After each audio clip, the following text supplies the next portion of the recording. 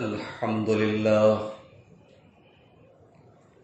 نحمده ونستعينه ونستغفره ونعوذ بالله من شرور أنفسنا ومن سيئات أعمالنا من يهده الله فلا مضل له ومن يضلل فلا هادي له وأشهد أن لا إله إلا الله وحده لا شريك له وأشهد أن محمدا عبده ورسوله يا أيها الذين آمنوا اتقوا الله حق تقاته ولا تموتن إلا وأنتم مسلمون يا أيها الناس اتقوا ربكم الذي خلقكم من نفس واحدة وخلق منها زوجها وبث منهما رجالا كثيرا ونساء واتقوا الله الذي تساءلون به والأرحام إن الله كان عليكم رقيبا يا أيها الذين آمنوا اتقوا الله وقولوا قولا سديدا يصلح لكم أعمالكم ويغفر لكم ذنوبكم ومن يطع الله ورسوله فقد فاز فوزا عظيما أما بعد فإن خير الحديث كتاب الله وخير الهدي هدي محمد صلى الله عليه وسلم وشر الأمور محدثاتها وكل محدثة بدعة وكل بدعة ضلالة وكل ضلالة في النار. أعوذ بالله من الشيطان الرجيم. بسم الله الرحمن الرحيم. لقد كان لكم في رسول الله أسوة حسنة لمن كان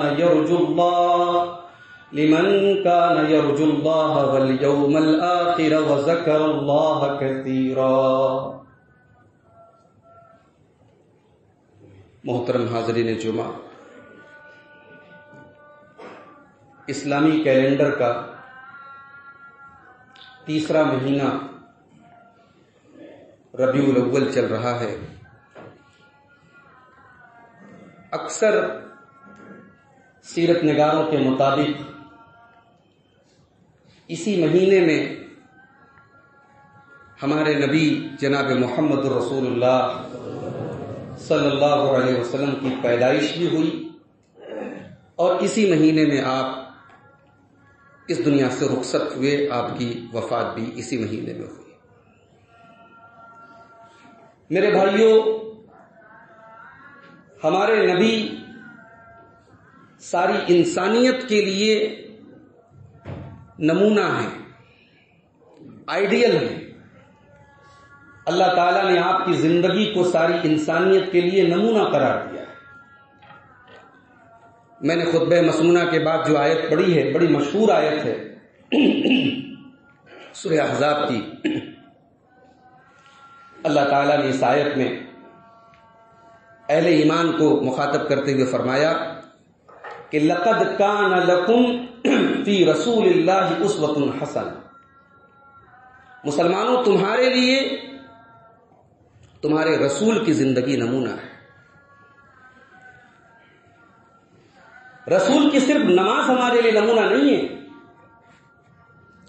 رسول کا حج ہمارے لیے صرف نمونہ نہیں ہے، رسول کا رکوع اور سجدہ صرف ہمارے لیے نمونہ نہیں ہے. یہاں اللہ تعالیٰ نے رسول اکرم صلی اللہ علیہ وسلم کی پوری زندگی کو ہمارے لیے نمونہ قرار دیا ہے.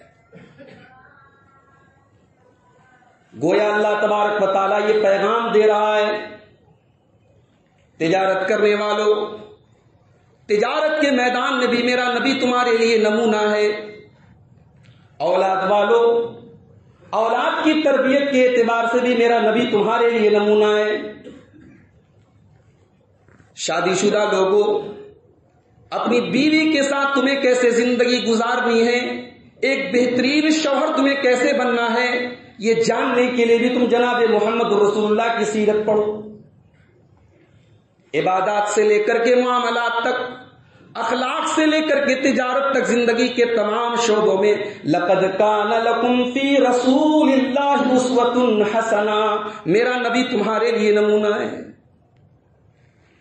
آج اس نقطے کو ہم نے بھلا دیا، اور خاص طور سے ہم کہ ہمیں اللہ نے یہ توفیق دی کہ بھئی ہم قرآن و حدیث پر چلنے والے لوگ ہیں، ہم تو رسول کی ایک ایک ادا پہ مرنے مٹنے والے لوگ ہیں۔ دوسرے لوگوں نے جن چیزوں کے بارے میں کہا یہ چھوٹی چھوٹی باتیں ہیں، بھائی صاحب نماز میں ہاتھ کہاں باندھنا ہے، چھوڑو یہ سب مسئلے، رفع یدین کرنا ہے کہ نہیں کرنا ہے، چھوڑو یہ سب مسئلے، آمین زور سے بولنا ہے، چھوڑو یہ سب مسئلے۔ ہم نے دنیا نے ان مسئلوں کو چھوٹا مسئلہ کہا، ہم نے کہا نہیں بھائی یہ مسئلہ ہمارے نبی کا مسئلہ ہے، ہم تو نماز ویسے ہی پڑھیں گے جیسے ہمارے نبی پڑھتے تھے۔ ابھی ہم تو اس مسلک سے ہمارا تعلق ہے، اس مکتب فکر سے ہمارا تعلق ہے، ہمارا جو عقیدہ ہے، جو آئیڈیالوجی ہے، جو نظریہ ہے، ہم تو وہ ہے۔ لیکن میرے بھائیوں ہمیں اس نقطے پر بھی غور کرنے کی ضرورت ہے کہ کیا ہم صرف مسجد کے گیٹ کے اندر قرآن و حدیث پر چلنے والے، کیا ہمارا نبی ہمارے لیے اسوہ حسنہ صرف نماز میں ہے؟ کیا ہماری تجارت میں، ہمارے معاملات میں، ہمارے لین دین میں، ہماری گھریلو زندگی میں؟ بھئی انسان کی زندگی میں ایک زندگی ہوتی ہے اس کی گھریلو زندگی، اور یہ زندگی اس کی اصل زندگی ہوتی ہے۔ انسان دنیا کے سامنے بہترین اخلاق کا جتنا بھی میک اپ لگا لے، اپنے اخلاق، اپنی دینداری کا جتنا بھی ملمہ اپنے اوپر چڑھا لے، یہ میک اپ اترتا ہے اس کے گھر میں۔ انسان کا اصلی روپ اس کے گھر میں سامنے آتا ہے۔ انسان حقیقت میں ہے کیا یہ اس کی بیوی جانتی ہے، اس کے بچے جانتے ہیں، اس کے گھر والے جانتے ہیں۔ ہمارے نبی جناب محمد رسول اللہ صلی اللہ علیہ وسلم کی زندگی ایک ایسی زندگی ہے کہ آپ مسجد میں بھی آئیڈیل ہیں، مسجد میں اور عبادت میں اور نماز میں اور جہاد کے میدان میں اور زندگی کے گھر کے باہر کے جتنے شعبے ہیں وہاں پر بھی اللہ کے رسول بیسٹ ہیں، بہترین ہیں، سب سے اعلیٰ ہیں، اور گھر کے اندر بھی آپ ایک بہترین شوہر ہیں، ایک بہترین باپ ہیں، ایک بہترین بیٹے ہیں، ایک بہترین سسر ہیں، ایک بہترین داماد ہیں۔ تو آج کے ہمارے خطبہ جمعہ کا ٹاپک یہی ہے، اللہ کے رسول کی گھریلو زندگی کیسی تھی۔ آج اس چیز کو ہم نے بھلا دیا۔ آج ہماری ایک بڑی تعداد ایسی ہے جو ماشاءاللہ دیندار ہے، نمازی ہے، تہجد بھی پڑھتی ہے، مگر اس کے گھر کے اندر آپ چلے جائیں، اس کی بیوی سے پوچھیں، اس کے بچوں سے پوچھیں آپ کے ابا کا کیریکٹر کیسا ہے، آپ کے شوہر کا اخلاق آپ کے ساتھ کیسا ہے، تو بڑا مایوس کرنے والا جواب ملتا ہے میرے بھائی۔ ہم سماج کے لیے بہت بہتر ہیں، ہمارا بزنس بہت اچھا ہے، بڑے ایماندار ہیں، اگر ہم اپنی بیوی کے لیے ایک اچھے شوہر نہیں ہیں، اپنے بچوں کے لیے ایک اچھے باپ نہیں ہیں، اللہ کی قسم ہم دیندار نہیں ہیں، ہماری دینداری اللہ تعالیٰ کے قبول نہیں ہوگی۔ ہم جب تک ایک بہترین شوہر نہ بنے، بہترین باپ نہ بنے، اپنے گھر کی زندگی ہم بہترین نہ کریں۔ اللہ کے پیارے نبی فرماتے ہیں خیرکم خیرکم لأہلہ، مسلمانوں تم میں سب سے بہترین انسان وہ ہے جو اپنے اہل و عیال کے لیے، اپنی فیملی کے لیے، اپنے پریوار کے لیے اچھا ہو۔ وَأَنَا خَيْرُكُمْ لِأَهْلِي، اور میں تمہارے اندر سب سے زیادہ اپنے پریوار کے لیے اچھا اور بہتر ہوں۔ بیوی بچوں کو ٹائم دینا، بیوی بچوں کا حق ادا کرنا، یہ بھی اسلام ہے بھائی، اس پر بھی ثواب ملتا ہے۔ اللہ کے پیارے نبی فرماتے ہیں، صحیح بخاری کے الفاظ ہیں، مہما انفقت نفقتن، تم جائز راستے میں جو بھی خرچ کرو گے اس پر تمہیں ثواب ملے گا، حتی اللقمۃ ترفعها الی فی امرأتک، اپنی بیوی کے منہ میں تم جو لقمہ ڈالتے ہو، اپنی بیوی کو جو تم کھانا کھلاتے اس پر بھی تمہیں ثواب ملے گا، اس پر بھی تمہیں اجر ملے گا۔ بلکہ ایک حدیث میں اللہ کے رسول صلی اللہ علیہ وسلم نے صحیح بخاری اور صحیح مسلم کی روایت میں کمپیئر کیا کہ ایک دینار انفقتہ فی سبیل اللہ، اللہ کی راہ میں آپ خرچ کر رہے ہیں، وَدِینَارٌ أَنفَقْتَهُ فِی رَقَبَةٍ، ایک دینار کے ذریعے آپ کسی غلام کو آزاد کر رہے ہیں، وَدِینَارٌ تَصَدَّقْتَ بِهِ، ایک دینار ہے آپ مسکین کے اوپر صدقہ کر رہے ہیں، اور ایک دینار جو آپ اپنے اہل و عیال پر خرچ کر رہے ہیں، اللہ کے رسول نے فرمایا اعظمها اجرا دینار انفقته علی اہلک، اس میں سب سے زیادہ اجر و ثواب اگر کسی دینار میں ہے تو اس دینار میں ہے جو تم اپنی فیملی پر، اپنے پریوار پر، اپنے اہل و عیال پر خرچ کرتے۔ تو میرے بھائی، ہمیں اس بات پر غور کرنا چاہیے کہ ہماری گھریلو زندگی کیسی ہے۔ اللہ تعالیٰ کیا ہماری پوچھ ہوگی، ہمارا بچوں کے ساتھ سلوک کیسا، ہماری بیوی کے ساتھ سلوک کیسا ہے۔ ہم ذمہ دار ہیں، ہم ایسا نہیں کہ اللہ تعالیٰ نے ہم کو دنیا میں بس ایسے ہی پیدا کر دیا، ہم کسی کے باپ ہیں، کسی کے شوہر ہیں، کسی کے بیٹے ہیں، ہم ان رشتے ناتوں میں بدے ہوئے ہیں، ان کے بارے میں اللہ کی ہماری پکڑ ہوگی۔ اللہ کے پیارے نبی فرماتے ہیں کلکم راع وکلکم مسئول عن رعیتہ، تم میں سے ہر آدمی ذمہ دار ہے اور اس کی ذمہ داری کے بارے میں کل قیامت کے دن اسے حساب دینا پڑے گا۔ فالرجل راع علی اہل بیتہ، مرد ذمہ دار ہے اپنی فیملی کا، اپنے پریوار کا، اسے اپنے پریوار کے بارے میں جواب دینا پڑے گا۔ والمرأۃ راعیۃ فی بیت زوجہا، بیوی اپنے شوہر کے گھر کی ذمہ دار ہے، گھر کے اندر کیا معاملات چل رہے ہیں یہ بیوی کو دیکھنا ہے، بیوی سے حساب کیا جائے گا۔ ذمہ داری بہت بڑی چیز ہوتی ہے، اللہ کے رسول نے ہمیں ذمہ دار بنایا ہے، اور اس ذمہ داری میں اگر ہم نے کوتاہی کی تو کل قیامت کے دن ہمیں حساب دینا پڑے گا۔ اگر اس ذمہ داری میں ہم نے خیانت کی ہے، ہم جہنم میں جائیں گے، اللہ ہم سب کی حفاظت کرے گا۔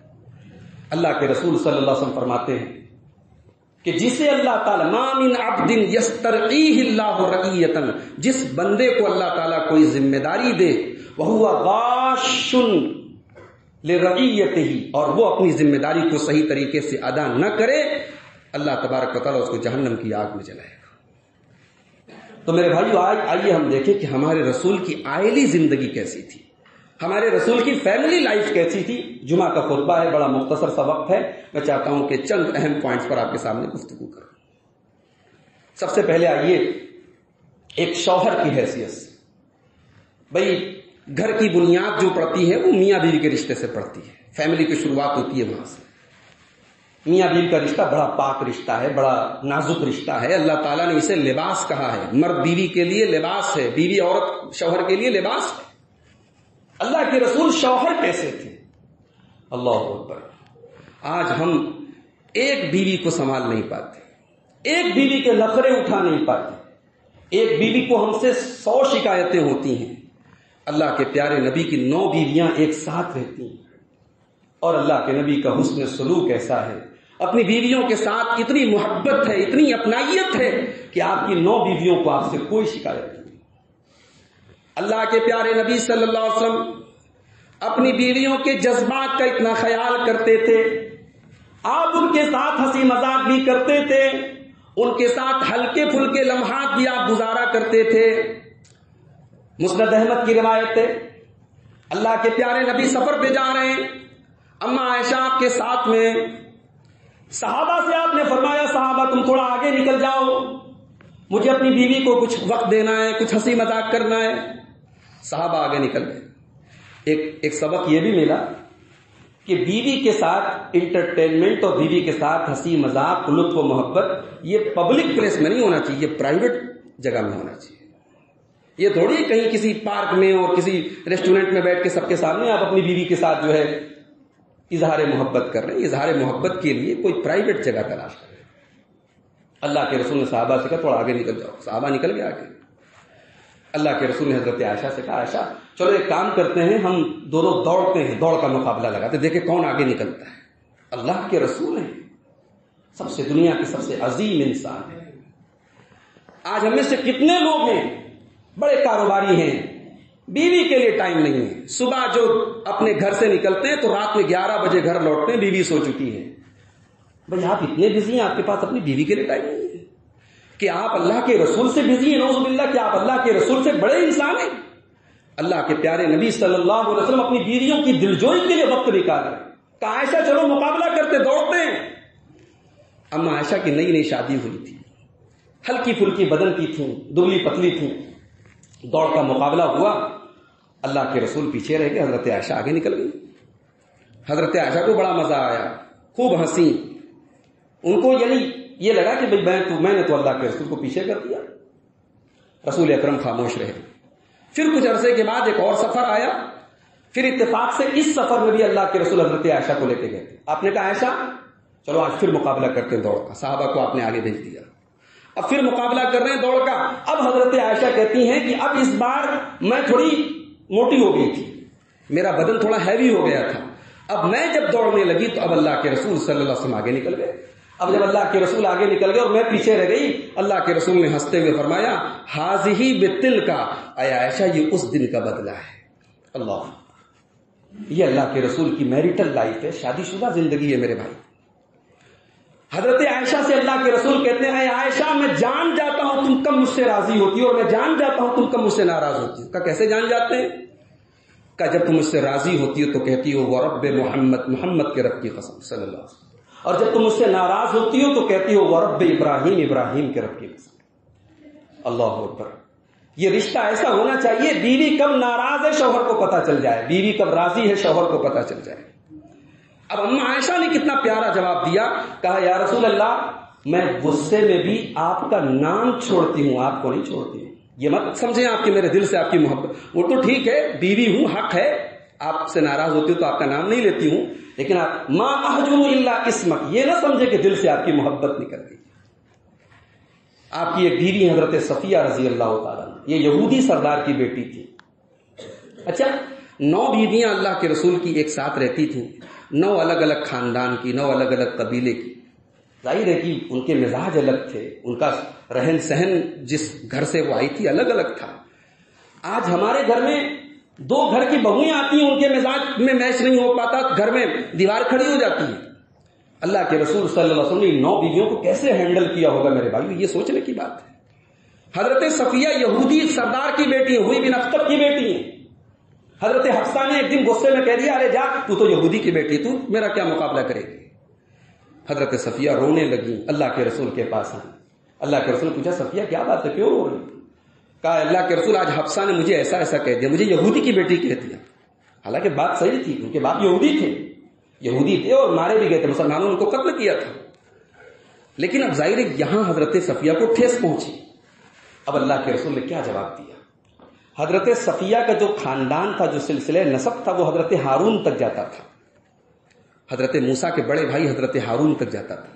تو اللہ کے رسول نے کہا کہ اے صفیہ تم سے اب کوئی اگر اس طریقے کی بات کرے تو تم جواب دے دو کہ تم ایک نبی کی بیٹی ہو, ایک نبی کی بھتیجی ہو اور ایک نبی کی بیوی ہو. ہارون کی بیٹی ہو, موسیٰ کی بھتیجی ہو اور جناب محمد رسول اللہ صلی اللہ علیہ وسلم کی بیوی ہو. فبما تفخر علیکی, حفصہ کی کیا مجال ہے کہ تم سے فخر کر سکے, کسی کی کیا مجال ہے کہ تم سے فخر کر سکے, تم تو 3 نبیوں سے تمہارا تعلق ہے. اس طریقے سے اللہ کے رسول اپنی بیویوں کی دلجوئی کرتے تھے. اس زمانے میں ایک رواج تھا, عورتیں جب ماہواری میں ہوتی تھی لوگ ان کے پاس بیٹھنے کو ناپسند کرتے تھے, اس کو اتنا ناپاک سمجھتے تھے, اتنا نیچ سمجھتے تھے. اللہ کے پیارے نبی نے اس رسم کو کیسے توڑا ہے. اما عائشہ فرماتی ہیں میں ناپاکی کی ایام میں ہوتی تھی, میں پانی پیتی تھی اور وہ برتن میں پانی میں چھوڑ دیتی تھی اور وہ برتن میں اللہ کے رسول کو دے دیا کرتی تھی, اور جہاں میں اپنا منہ لگا کر کے پانی پیا کرتی تھی اللہ کے پیارے نبی وہیں پر اپنا منہ رکھ کر کے وہ پانی پی جاتے تھے. وَأَتَعَرَّقُ الْعَرْقَ, اور میں گوشت کی بوٹی کو نوچ کر کے کھاتی تھی. ابھی ہڈی کے اوپر تھوڑا سا گوشت بچا ہوتا تھا اور میں وہ گوشت اللہ کے رسول کو تھما دیتی تھی اور آپ وہیں پر اپنا منہ لگا کر کے کھا لیا کرتے تھے جہاں سے میں نے اپنا منہ لگایا ہوتا تھا, اس حال میں کہ میں حالت حیض میں ہوتی تھی. اللہ اکبر. یہ میرے رسول کا سلوک تھا اپنی بیویوں کے ساتھ. آپ اعتکاف میں حضرت صفیہ آپ سے ملنے کے لیے آئیں, جب آپ سے ملاقات ہو گئی, بات چیت ہو گئی, اللہ کے رسول اپنی بیوی کو چھوڑنے کے لیے اس کے حجرے تک گئے. بیویوں کے نخرے اٹھائیں اللہ کے رسول. مسجد نبوی میں سوڈان کے کچھ لوگ آئے تھے, عید کا موقع تھا, وہ اپنے نیزے سے کھیل رہے تھے. اللہ کے رسول نے دیکھا کہ حضرت عائشہ ان حبشیوں کا یہ کھیل دیکھنا چاہتی ہیں. آپ نے کہا عائشہ آؤ میرے کندھے پر اپنا سر رکھو. اللہ اکبر. رسول اکرم اپنی بیوی کے لیے کھڑے ہیں, بیوی آپ کی بیوی اماں عائشہ رضی اللہ تعالیٰ نے آپ کے کندھے پہ سر رکھ کر کے وہ کھیل دیکھ رہی ہیں. جب بہت دیر ہو گئی اور اللہ کے رسول صلی اللہ علیہ وسلم کو ایسا محسوس ہوا کہ اب عائشہ تھک گئی ہیں, آپ نے کہا عائشہ اگر تھک گئی ہو تو جا سکتی. یہ دل جوئی تھی اللہ کے رسول کی. اور یہ صرف دنیا کی حد تک نہیں تھی, اپنی بیویوں کی آخرت کی بھی فکر کرتے تھے اللہ کے رسول صلی اللہ علیہ وسلم. رمضان کا مہینہ آتا تھا, رمضان کا آخری عشرہ آتا تھا. اما عائشہ فرماتی ہیں جب رمضان کا آخری عشرہ آتا تھا, اللہ کے پیارے نبی رات رات بھر جاگا کرتے تھے, رات رات بھر جاگ کر کے عبادت کیا کرتے تھے. وہ ایقظ اہلہ, اور اپنی بیویوں کو بھی جگاتے تھے, اپنے گھر والوں کو بھی جگاتے تھے. دین کا کام ہے تو میری بیویاں بھی شامل ہوں. یہ نہیں کہ صرف دنیا کا سکھ دے دو اپنی بیویوں کو, اپنی بیوی کو آخرت کی بھی فکر کرو. بیوی شوہر کی آخرت کی فکر کرے, شوہر بیوی کی آخرت کی فکر کرے. یہ اللہ کے رسول صلی اللہ علیہ وسلم کی ایک یعنی شادی شدہ زندگی سے ہمیں اور آپ کو یہ سبق ملتا ہے. باپ کیسے تھے آپ؟ 3 بیٹے آپ کو ہوئے. ایک بیٹے کا نام تھا قاسم, اسی بیٹے کے نام پہ آپ کو ابو القاسم کہا جاتا ہے. ایک بیٹے کا نام تھا عبداللہ, ان کا لقب طیب اور طاہر بھی ہے. یہ دونوں بیٹے بچپن میں انتقال کر گئے. یہ دونوں حضرت خدیجہ کے پیٹ سے پیدا ہوئے. اور ایک بیٹا آپ کو ہوا حضرت ماریا قبطیہ کے پیٹ سے, ان کا نام تھا ابراہیم. تینوں بچے آپ کے بچپن میں انتقال. کہتے ہیں کہ والدین کے لیے اولاد کی موت سب سے مشکل دور ہوتا ہے. سب سے بھاری جنازہ ماں باپ کے لیے اولاد کا جنازہ ہوتا ہے. رسول اکرم نے اپنی 3 بیٹیوں کا جنازہ اپنی آنکھوں سے دیکھا ہے, اپنے 3 بیٹوں کا جنازہ اپنی آنکھوں سے. لیکن اللہ کے رسول نے اپنی اولاد کی میت پر کیسا صبر کیا ہے میرے بھائیو, وہ بھی ہمارے لیے ایک نمونہ ہے. حضرت ابراہیم رضی اللہ تعالیٰ عنہ کا انتقال ہو رہا ہے, آخری سانسیں لے رہے ہیں, دم توڑ رہے ہیں حضرت ابراہیم. بخاری کے الفاظ ہیں, اللہ کے نبی اپنے بیٹے کو اپنے ہاتھ میں لیے. آج لوگ نہ جانے اللہ کے رسول کے بارے میں کیسے کیسے عقیدے بیان کرتے ہیں. میرا نبی دنیا کا سب سے عظیم انسان ہے, اللہ کا سب سے محبوب بندہ ہے, لیکن اللہ کے فیصلے کے آگے میرے نبی بھی مجبور ہیں. ابراہیم کی سانسیں ٹوٹ رہی ہیں, اللہ کے پیارے رسول کی آنکھوں سے آنسو بہ رہے ہیں, اور آپ اپنے بیٹے کو بچانے کے لیے کچھ نہیں کر پا رہے. جب ابراہیم کی سانسیں تھم گئی, ابراہیم نے دم توڑ دیا. اللہ کے پیارے نبی نے دنیا کے ہر اس باپ اور ہر اس ماں کے لیے جس کے کلیجے کے ٹکڑے کو اللہ اٹھا لے, اس کے لیے صبر کی ایک مثال قائم کر دی. نبی اکرم نے فرمایا ان العین تدمع والقلب يحزن ولا نقول الا ما يرضى ربنا. اے میرے بچے ابراہیم, تیرے باپ کی آنکھوں سے آج آنسو بہ رہے ہیں, تیرے باپ کا دل غمگین ہے, تیرا باپ تیرے جانے سے دکھی ہے, لیکن اے ابراہیم آج تیرا باپ اپنی زبان سے کوئی ایسی بات نہیں نکالے گا جس سے اللہ ناراض ہو جائے. 3 بیٹوں کو آپ نے اپنی آنکھوں کے سامنے مرتے ہوئے دیکھا. بیٹیاں آپ کو 4 اللہ نے دی تھی. 4 بیٹیوں میں سے 3 بیٹیاں بھی آپ کے سامنے انتقال کر گئی. صرف حضرت فاطمہ باحیات تھیں, آپ کی وفات کے 6 مہینے کے بعد ان کا انتقال. آج ہم میں سے بہت سارے لوگ ہیں, وہ اتنے بڑے لوگ ہیں کہ بیٹیوں کے لیے وقت نہیں ہے. یعنی بیٹوں کو تو پھر بھی آدمی تھوڑا لاڈ پیار کر لیتا ہے, ٹائم بیٹیوں کو پتہ نہیں لوگ بڑا حقیر سمجھتے ہیں. کتنے گھروں میں بیٹیاں اپنے باپ سے بات کرنے سے ڈرتی ہیں. باپ اتنے سخت ہیں. بھائی اتنے سخت مت بنو, اتنے سخت مت بنو. یہ سختی میرے نبی کا طریقہ نہیں ہے. میرے نبی تو اپنی بیٹیوں سے بہت پیار کرتے تھے. اما عائشہ فرماتی ہیں, ابو داؤد کی روایت ہے کہ جب حضرت فاطمہ آتی تھیں گھر میں تو اللہ کے رسول اپنی بیٹی کی استقبال میں کھڑے ہو جاتے. دنیا میرے نبی کا احترام کرتی ہے, دنیا میرے نبی کو عزت دیتی ہے, میرے نبی اپنی بیٹی کو عزت دے رہے. بیٹی آ رہی ہے, اللہ کے نبی کھڑے ہو گئے اپنی بیٹی کے استقبال کے لیے. اپنی بیٹی کا ہاتھ پکڑ کے اپنی بیٹی کی پیشانی کو چوم لیتی ہیں, اور اپنے قریب اپنے بازو میں اپنی سیٹ پر اللہ کے پیارے نبی اپنی بیٹی کو بٹھاتے ہیں.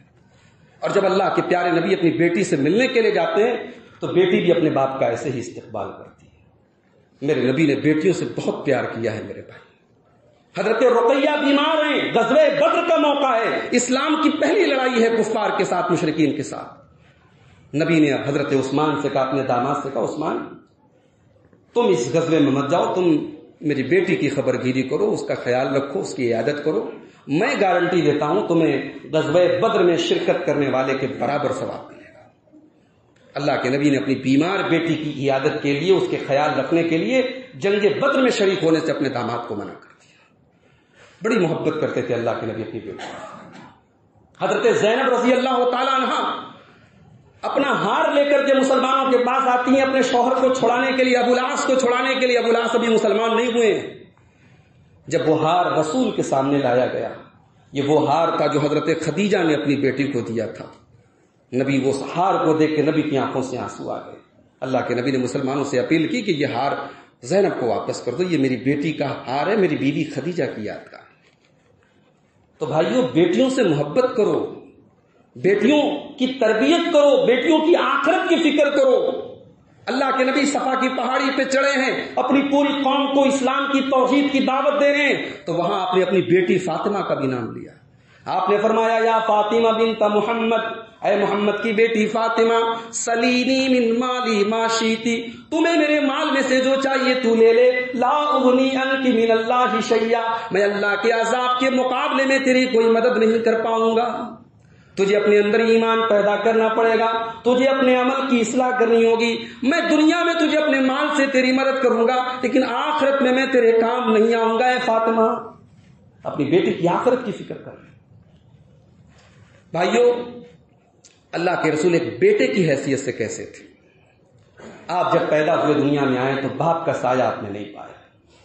6 سال کی عمر میں آپ نے ماں کو بھی کھو دیا، آپ کی ماں کا بھی انتقال۔ یتیمی کا درد جو ہوتا ہے، یتیمی کی جو تکلیف ہوتی ہے، وہ نبی نے صحیح ہے، اور علماء نے لکھا ہے کہ اللہ تعالیٰ کی اس میں بھی ایک حکمت تھی۔ اللہ نے اپنے نبی کو جو یتیم بنایا، اس میں بھی ایک حکمت تھی۔ بھائی، جب ماں باپ ہوتے ہیں نا تو بچے بہت سی فکر سے آزاد ہوتے ہیں۔ میری ماں دیکھ لے گی، میرا باپ دیکھ لے گا۔ اللہ نے اپنے نبی کو ماں اور باپ کے سائے سے محروم رکھا۔ اللہ تعالیٰ نے اپنے نبی کی خود سے نگرانی کی، اپنے نبی کا خود سے خیال رکھا۔ نہ ماں ہے نہ باپ ہیں، لیکن اللہ نے فرمایا الم یجدک یتیما فآوا، اے نبی آپ یتیم تھے، آپ کو کوئی پناہ دینے والا نہیں تھا، لیکن اللہ نے آپ کو پناہ دی۔ ماں کو نہیں پایا آپ نے، ماں کو 6 سال کی عمر میں آپ نے کھو دیا، باپ کو نہیں پایا، لیکن آپ ظاہر ہے کہ ایک بہترین بیٹے تھے۔ ماں کو یاد کرتے تھے، ماں کے آنچل کو یاد کرتے تھے، رونے لگتے تھے۔ صحیح مسلم کے الفاظ ہیں، اللہ کے نبی اپنی ماں کی قبر پر ایک مرتبہ گئے، ماں کی محبت یاد آئی، ماں کی ممتا یاد آئی، اور یہ احساس بھی شاید ہوا ہو کہ مجھے ماں کا پیار نہیں مل پایا۔ اللہ کے رسول زاروں قطار رونے لگے، صحابہ بھی آپ کے ساتھ رونے لگے۔ اس کے بعد اللہ کے نبی نے فرمایا کہ میں نے اپنے رب سے اجازت مانگی تھی کہ اے اللہ، میں اپنی ماں کے لیے مغفرت کی دعا کرنا چاہتا ہوں، اللہ نے مجھے اجازت نہیں دی۔ جب میں نے یہ اجازت مانگی کہ اے اللہ میں اپنی ماں کی قبر کو دیکھنا چاہتا ہوں، وہاں جانا چاہتا ہوں، تو اجازت نہیں۔ اللہ کے رسول اپنے ماں باپ کو نہ پانے کے باوجود ایک بہترین بیٹے بھی تھے میرے بھائی۔ ابو طالب، جنہوں نے باپ کی طرح نبی کو پالا، ابو طالب جب ایک مرتبہ بہت پریشان تھے، غربت کے شکار تھے، ابو طالب کے کئی بیٹے تھے، تو اللہ کے رسول نے اپنے چچا کا احسان اتارنے کے لیے اپنے چچا سے کہا کہ آپ اپنا ایک بیٹا مجھے دے دیں، آپ نے مجھے پالا ہے، میری پرورش کی ہے، آج یہ موقع آیا ہے میں آپ کے ساتھ کچھ اچھا سلوک کروں، آپ علی کو میرے حوالے کر دیں۔ حضرت علی رضی اللہ تعالیٰ عنہ بیٹے ابو طالب کے ہیں، لیکن پرورش جناب محمد رسول اللہ صلی اللہ علیہ وسلم کرتے ہیں۔ اور یہی نہیں، جب ابو طالب کے انتقال کا وقت آتا ہے، صحیح بخاری کے الفاظ ہیں، اللہ کے پیارے نبی دل سے یہ چاہتے ہیں کہ میرا یہ چچا کلمہ پڑھ لے، میرا یہ چچا اسلام کے دامن میں آ جائے، بڑی کوشش کرتے ہیں، آپ چچا سے ریکویسٹ کرتے ہیں، یہ الگ بات ہے، آپ کے چچا نے کلمہ نہیں پڑھا، اور انتقال کے وقت آخری جو لفظ ابو طالب کی زبان سے نکلا، علی ملت عبد المطلب، میں عبد المطلب کے مذہب پر دنیا سے جا رہا ہوں۔ ابو طالب کلمہ نہیں پڑھ پایا۔ آپ نے ماں کا پیار نہیں پایا، لیکن جن عورتوں نے آپ کو ماں کی طرح دودھ پلایا تھا، جو آپ کی رضائی ماں تھی، جو آپ کی دایا تھیں، آپ نے ان کو ماں کے جیسا احترام دیا۔ حضرت حلیمہ آپ کے پاس کبھی آتی تھیں، سیرت اور تاریخ کی کتابیں ہمیں بتاتی ہیں، اللہ کا پیارا نبی اپنی جگہ سے اٹھ جاتے تھے اور آپ اپنی چادر اتار کر کے حضرت حلیمہ کو دے دیا کرتے تھے، اپنے بغل میں، اپنے قریب، اپنے بازو میں حضرت حلیمہ کو بٹھاتے تھے۔ حضرت ام ایمن جو آپ کی دایا تھیں، آپ کے والد کی لونڈی تھیں، آپ ان کے گھر میں جاتے تھے، ان کی حال چال لیتے تھے، ان کی خبرگیری کرتے تھے۔ اللہ کے رسول ایک بہترین بیٹے تھے میرے بھائی۔ اور ایک آخری پہلو بیان کر کے بات ختم کروں گا، وقت زیادہ ہو رہا ہے۔ بیٹے کی حیثیت آپ نے سن لی، شوہر کی حیثیت آپ نے سن لی اللہ کے رسول صلی اللہ علیہ وسلم کی، اور باپ کی حیثیت آپ نے سن لی۔ باقی جو اور رشتے ہیں، اللہ کے رسول اپنے باقی رشتہ داروں کے ساتھ، اپنے خاندان والوں کے ساتھ آپ کا کیسا سلوک تھا؟ میں ایک حدیث پڑھ کے بات ختم کروں گا. آپ نے جب اللہ تعالیٰ نے آپ کو یہ حکم دیا کہ آپ اپنے گھر والوں اور خاندان والوں کو اللہ کے عذاب سے ڈرائیے، تو آپ نے اپنے سارے خاندان والوں کو بلایا. جتنے آپ کے چچا ہیں، آپ کے بڑے ابا ہیں، آپ کے تایا ہیں، جتنے لوگ ہیں سب کو آپ نے بلایا. سب لوگ جب آ گئے، اللہ کے نبی نے سب کو توحید کی دعوت دی، سب کو جہنم کے عذاب سے ڈرایا. آخر میں آپ نے ایک جملہ کہا. آپ نے کیا کہا؟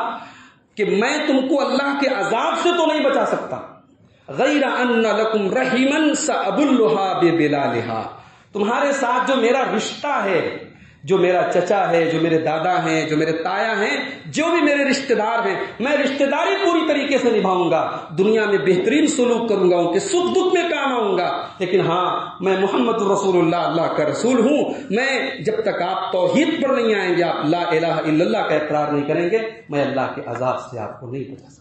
تو اللہ کے رسول اپنے تمام رشتہ داروں کے ساتھ بھی بڑا حسن سلوک کرتے تھے. اور اسی لیے حضرت خدیجہ نے سب سے پہلا جو جملہ آپ کے بارے میں کہا تھا، جب اللہ نے آپ کو نبوت عطا فرمائی اور آپ گھر آئے، آپ ڈرے ہوئے تھے، گھبرائے ہوئے تھے، تو حضرت خدیجہ نے سب سے پہلی بات یہی کہی تھی کہ اے میرے سرتاج، اللہ تعالیٰ آپ کو ذلیل نہیں کرے گا، اللہ آپ کو رسوا نہیں کرے گا. انک لتصل الرحم، آپ تو رشتہ داروں کے ساتھ اچھا سلوک کرتے ہیں، صلہ رحمی کرتے ہیں، آپ اپنے پورے خاندان کا بڑا خیال رکھتے ہیں، اللہ آپ کو ذلیل نہیں کرے گا.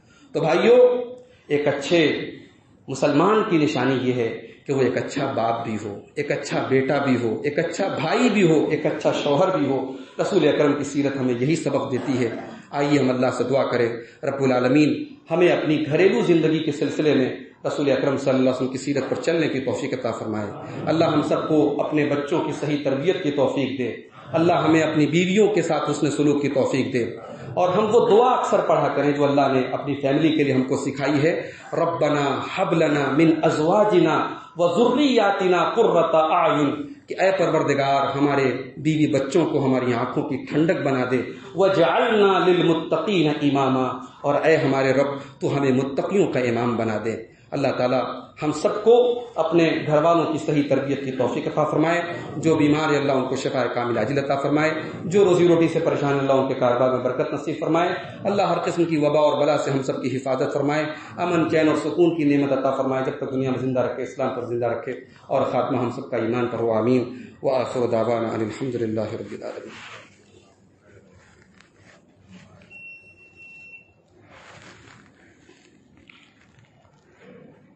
الحمد للہ کفا وسلام علی عبادہ الذین اصطفیٰ، اما بعد. محترم حاضرین، ایک گزارش بھی آپ سے کرنی تھی. یہاں اشوک نگر کرلا میں جماعت کا ایک ادارہ آپ جانتے ہیں، وہاں مسجد میں چلتا ہے مدرسہ تعلیم القرآن کے نام سے. اس میں تقریباً 350 بچے پرائمری تک کی تعلیم کا وہاں انتظام ہے. اور لڑکیوں کی تعلیم کے لیے بھی وہاں کلیہ ام سلمہ کے نام سے ایک ادارہ چلتا ہے، جس میں تقریباً 100 بچیاں دینی تعلیم حاصل کر رہی ہیں. اور ہماری جماعت کے بڑے سینئر علماء وہاں خدمت انجام دے رہے ہیں. شیخ کفایت اللہ سنابلی صاحب وہاں کے اساتذہ میں سے ہیں. لاک ڈاؤن کے دوران جیسے تمام ادارے بہت متاثر ہوئے اور پریشان کا شکار ہوئے پریشانی کا، یہ ادارہ بھی اس وقت مالی بحران سے دوچار ہے. آپ تمام حضرات سے گزارش ہے کہ اس ادارے کا تعاون کریں. جمعہ کے بعد اس ادارے کے ذمہ داران یہاں آپ کو مسجد میں ملیں گے. آپ بڑھ چڑھ کر کے اس ادارے کا تعاون کریں. اللہ تعالی ہم سب کو نیکی کے کاموں میں حصہ لینے کی توفیق عطا فرمائے. ان اللہ وملائکتہ یصلون علی النبی یا ایھا الذین آمنوا صلوا علیہ وسلموا تسلیما. اللهم صل علی محمد وعلی آل محمد كما صليت على إبراهيم وعلى آل إبراهيم إنك حميد مجيد. اللهم بارك على محمد وعلى آل محمد كما باركت على إبراهيم وعلى آل إبراهيم إنك حميد مجيد. اللهم أعز الإسلام والمسلمين وأذل الشرك والمشركين ودمر أعداء الدين. إن الله يأمر بالعدل والإحسان وإيتاء ذي القربى وينهى عن الفحشاء والمنكر والبغي يعظكم لعلكم تذكرون. اذكروا الله يذكركم وادعوه يستجب لكم.